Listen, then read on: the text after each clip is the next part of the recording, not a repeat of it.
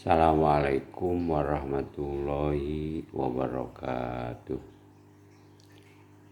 Alhamdulillahilladzi anzalal kitaba ala abdihi liyakuna lil alamina nazira. Asyhadu an la ilaha illallah wahdahu la syarikalah wa asyhadu anna Muhammadan abduhu wa rasuluh. Allahumma sholli ala sayyidina Muhammad. Rabbi shrah li sadri wa yassir li amri wahlul 'uqdatam min lisani yafqahu qawli. Selamat berjumpa kembali dengan Anda sekalian pada mata kuliah Ulumul Quran. Hari ini adalah pembahasan yang kelima. Kita akan membahas tentang surat Ad-Duha. Tapi kita bagi dua nanti, termin pertama 5 ayat dan termin kedua sesisanya. Kita mulai saja dengan bacaan basmalah. Bismillahirrahmanirrahim. Kita baca dulu ya suratnya. Wadduha wallaili idza saja ma wadda'aka rabbuka wa ma qala walal akhiratu khairul laka minal ula wala sawfa yu'tika rabbuka fatarda. Wadduha demi waktu matahari sepenggal naik, walaili idza saja dan demi malam apabila telah sunyi. Ma wadda'aka rabbuka wa ma qala, Tuhanmu tiada meninggalkan kamu dan tiada pula membenci kamu. Walal akhiratu khairul laka minal ula, dan sungguhnya akhir itu lebih baik bagimu daripada permulaan. Wala saufa yu'tika rabbuka fatarda, dan kelak Tuhanmu pasti memberikan karunia-Nya kepada kamu, lalu hati kamu menjadi puas. Surat Ad-Duha ini adalah surat yang ke-11 atau wahyu yang ke-11 yang diturunkan Allah kepada Nabi Muhammad melalui malaikat Jibril.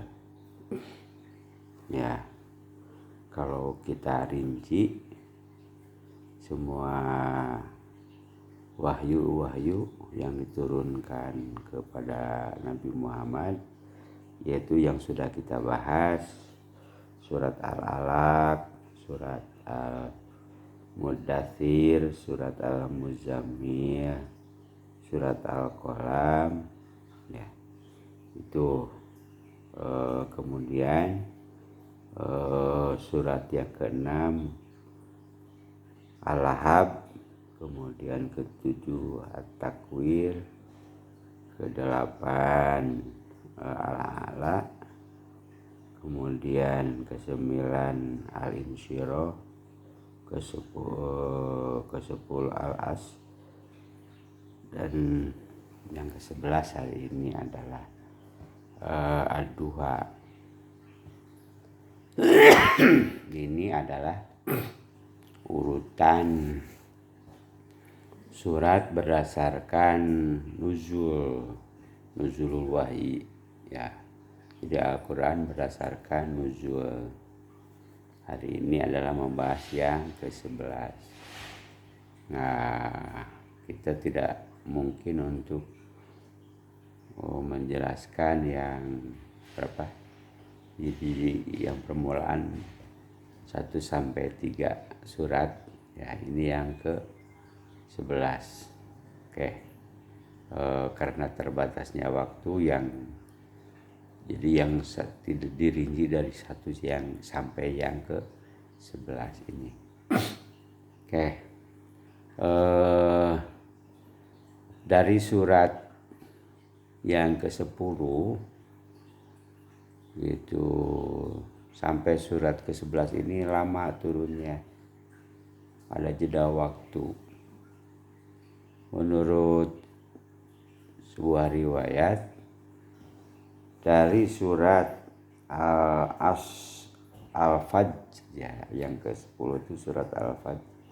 Dari surat Al-Fajr sampai dengan surat Ad-Duha itu ada jeda waktu yang agak lama tidak turunnya wahyu. Itu menurut satu riwayat ada yang menyatakan 3 hari, ada yang menyatakan 7 hari, ada yang menyatakan 15 hari, malah ada yang menyatakan lebih dari 25 hari tidak turun wahyu kepada Nabi Muhammad Shallallahu Alaihi Wasallam.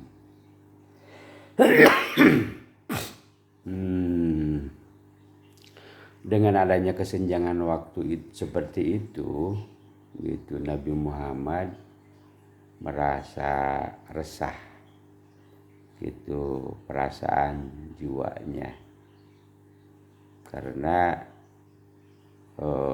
sudah merasa enaknya menerima bimbingan wahyu dari Allah Subhanahu wa ta'ala, itu yang tadinya merasa takut untuk ketemu dengan malaikat Jibril gitu pada awal-awal ya, ketika di Gua Hiro dan ketika mendapatkan wahyu yang kedua surat Al-Mudaththir itu kan sampai tersungkur di perjalanan Nabi Muhammad. Lama-kelamaan kesininya menjadi akrab antara Nabi Muhammad dengan malaikat Jibril. Kalau kamu mah udah jadi soulmate lah gitu kesininya antara Nabi Muhammad dengan malaikat Jibril. Nah, karena sudah jadi soulmate, maka tidak lamanya berjumpa itu adalah sebuah kerinduan. Lamun lila teu papangi. Kalau lama tidak bertemu. Nah, demikian juga Nabi Muhammad itu tidak menerima wahyu dari Allah melalui malaikat Jibril ini beberapa hari gitu, sehingga menjadikan kerinduan Nabi Muhammad pertama ingin menerima wahyu dari Allah melalui karena wahyu ini adalah bimbingan hidup Nabi Muhammad yang nantinya kesininya menjadi pedoman hidup bagi kita. Yang kedua, tidak bertemu dengan malaikat Jibril, kerinduan. Apabila sudah rindu kan kesananya ya, kalau sudah rindu tidak ketemu lama-lama menjadi apa? Menjadi gelisah. Kemudian kalau sudah gelisah kesananya takut, khawatir gitu. Nah, biasa begitu. Nabi Muhammad juga adalah manusia biasa. Qul innama ana basyarum mislukum. Secara manusia, kata Nabi, saya dengan Anda sekalian itu sama. Seperti juga ketika Nabi merindukan untuk mendapatkan wahyu, sedang ini sudah lama tidak turun. Maka seperti itulah asbabun nuzul daripada surat Ad-Duha, karena Nabi sudah tidak kuat, sangat rindu untuk menerima wahyu dari Allah Subhanahu wa ta'ala, malah merasa resah gitu, jiwa Nabi Muhammad itu. Allah jelaskan, maka turunlah surat Wadduha gitu, demi waktu matahari sembenggalangan naik. Jadi waktu duha itu adalah matahari naik sepenggalan, duha. Walaili idza saja, dan demi malam apabila telah sunyi. Surat Ad-Duha, awal surat Ad-Duha ayat 1 dan ayat 2 ini dalam para ahli tafsir menyatakan bahwa waktu duha itu adalah waktu bersinarnya matahari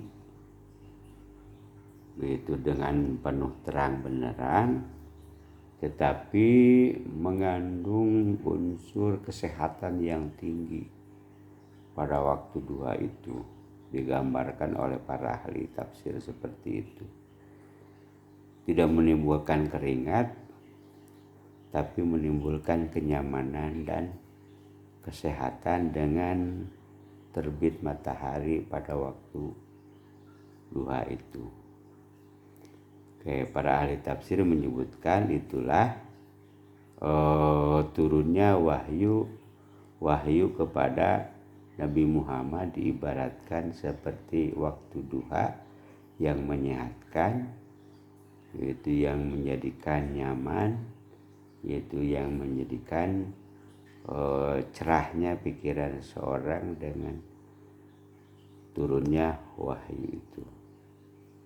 Kemudian walaili idza saja, para ahli tafsir menggambarkan pada malam yang sunyi itu adalah waktu tidak turunnya wahyu. Jadi dua ayat ini menggambarkan tentang waktu turunnya wahyu disebut dengan waktu duha. Kemudian waktu tidak turunnya wahyu disebut dengan walaili idza saja, dengan keadaan malam yang hening, yang sunyi itu. Kemudian juga para ahli tafsir ada yang menjelaskan bahwa dua ayat ini menggambarkan tentang keadaan psikologisnya Nabi, tentang keadaan kejiwaannya Nabi gitu. Jadi waktu duha diibaratkan waktu kejiwaannya Nabi itu dengan penuh terang benderang gitu, walail idza saja. Kemudian jiwa Nabi dalam keadaan resah karena sudah lamanya tidak menerima wahyu dari Allah Subhanahu wa ta'ala, diibaratkan dengan malam yang sunyi. Begitulah fluktuasi kejiwaan seseorang yang ada pada diri manusia. Jadi kejiwaan itu seperti waktu duha, cerah gitu, apalagi senang, gembira, tertawa. Maka jiwa seorang itu diibaratkan seperti waktu duha. Kemudian juga psikologi seseorang itu muram, murung, bete, bete. Nah, istilah BKI lah, butuh tausiah. Kemudian cemberut, apalah murukusunu. Keadaan jiwa sedang walaili idza saja. Itu para ahli tafsir menjelaskan tentang dua ayat ini. Oke, ayat yang ketiga Allah menyatakan bahwa ma wadda'aka rabbuka wa ma qala. Tuhanmu tidak meninggalkan kamu dan tiada pula membenci kamu.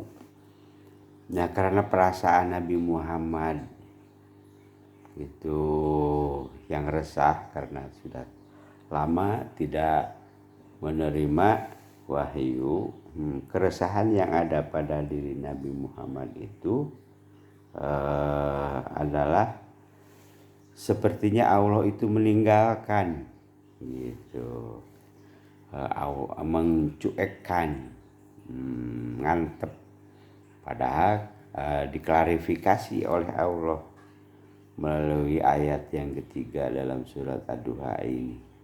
Ma wadda'aka rabbuka wa ma qala. Tuhanmu tiada meninggalkan kamu. Jadi selama beberapa hari tidak turun wahyu itu bukan berarti Nabi Muhammad ditinggalkan oleh siapa? Oleh Allah Subhanahu wa taala. Kenapa itu tidak turun wahyu? Ya, Allah berkehendak seperti itu. Gitu. Jadi walaupun Nabi Muhammad dalam bahasa Sundanya kekejotan hayang narima wahyu, tapi Allah tidak menghendaki. Jadi Allah sengaja tidak menurunkan wahyu kepada Nabi Muhammad gitu. Jadi tidak menerima wahyunya itu bukan karena Nabi Muhammad ditinggalkan oleh siapa? Oleh Allah. Tapi itu hanya sebuah perasaan Nabi Muhammad saja. Yaitu Nabi Muhammad merasa ditinggalkan. Tetapi oleh Allah dijelaskan ma wadda'aka rabbuka wa ma qala. Dan tidak pula membencimu gitu. Membenci kepada Nabi Muhammad dan kepada orang-orang yang beriman yang lainnya, tidak juga membenci ketika orang itu dalam sebuah ayat yang lain berbuat salah. Kemudian ayat yang keempat, walal akhiratu khairul laka minal ula. Sesungguhnya akhir itu lebih baik bagi kamu daripada permulaan. Maksud ayat yang keempat dari surat Ad-Duha ini bahwa Allah itu kan akan menurunkan wahyu kepada Nabi Muhammad itu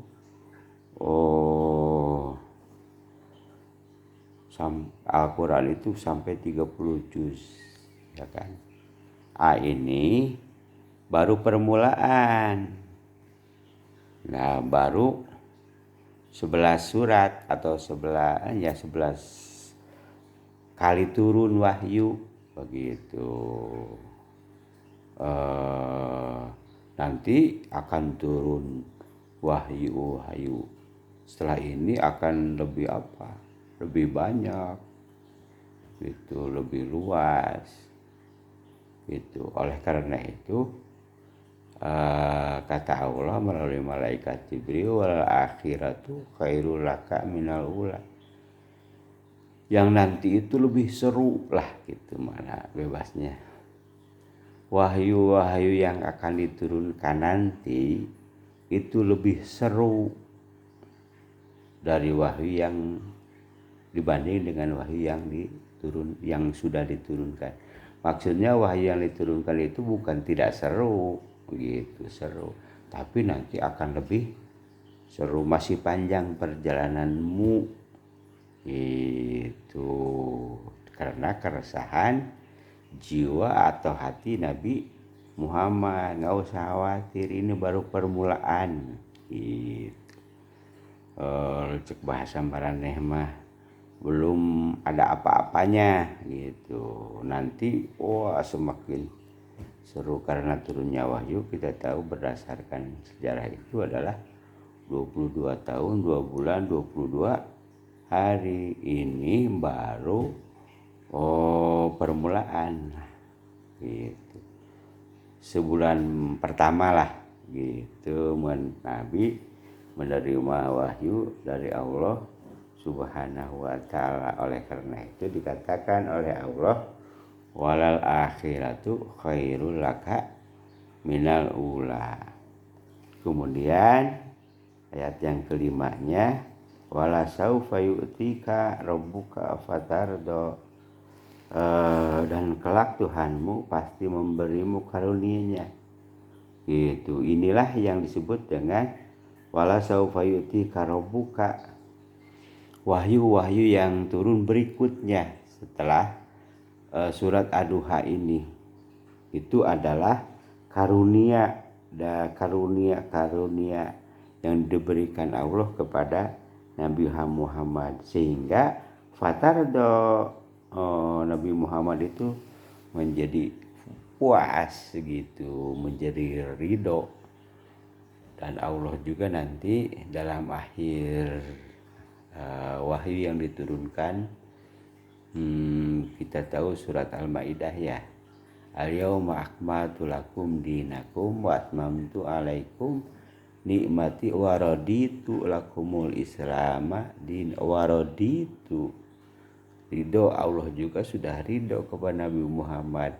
Nah, nanti ketemu dengan penjelasan ayat ini bahwa Nabi Muhammad juga merasa ridho dengan karunia-karunia yang dianugerahkan, karunia-karunia wahyu yang dianugerahkan selama 25 tahun ini gitu. Jadi inilah proses wahyu yang diturunkan kepada Nabi Muhammad gitu. Salah satunya karena ada jeda, sehingga Nabi Muhammad merasa resah, gelisah karena tidak turunnya wahyu. Itulah indikasi adanya kerinduan Nabi Muhammad terhadap wahyu dari Allah Subhanahu wa ta'ala. Kita bagi dua termin ya, potong dulu nanti kita lanjut.